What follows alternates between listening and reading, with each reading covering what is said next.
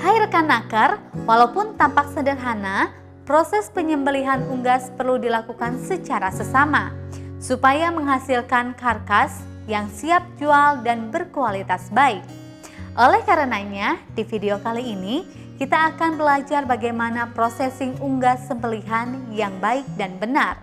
Nah, rekan Naker, mari kita simak bersama langkah yang harus dilakukan setelah melakukan penyembelihan unggas adalah penirisan atau penuntasan darah unggas yang disembelih.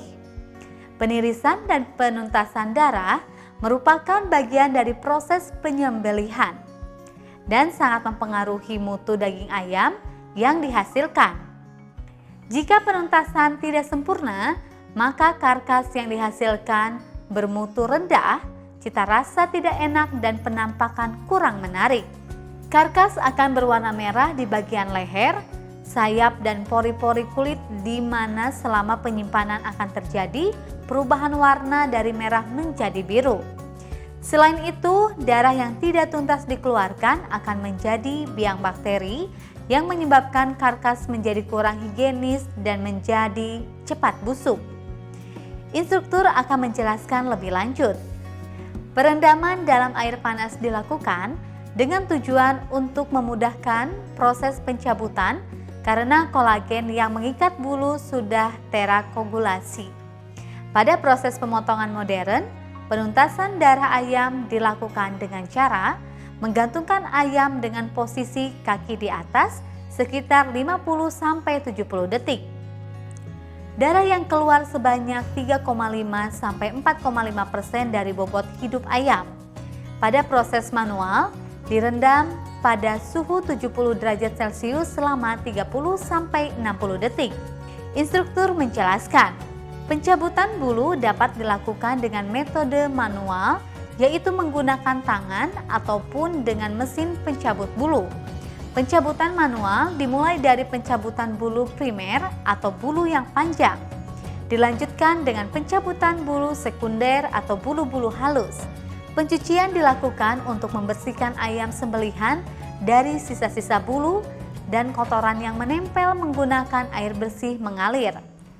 Lanjut ke tahap eviscerasi, yaitu tindakan mengeluarkan seluruh isi perut.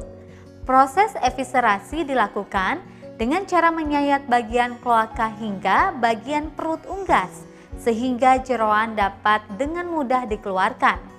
Setelah jeroan dikeluarkan, selanjutnya dilakukan pemisahan masing-masing organ jeroan. Dalam pengeluaran isi ampela dan usus untuk menyisihkan kotoran yang tersisa di dalam ampela dan usus.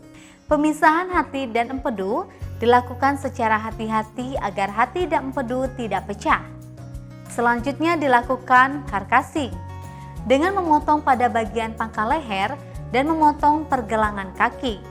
Komponen karkas terdiri dari otot atau daging, lemak, tulang, dan kulit. Potongan komersial karkas dibagi menjadi beberapa bagian, yaitu dada atau breast, paha atas thigh muscle, paha bawah drumstick, dan sayap wing, dan punggung brisket. Selanjutnya, karkas dicuci dengan air bersih untuk menghilangkan darah yang tersisa. Selanjutnya, karkas dikelompokkan berdasarkan berat agar memudahkan berat yang sama atau dalam bentuk besar dan kecil. Rekan Naker, demikianlah tahapan penyembelihan unggas hingga penyimpanan karkas yang siap untuk dijual. Ingat, tetap semangat untuk terus belajar.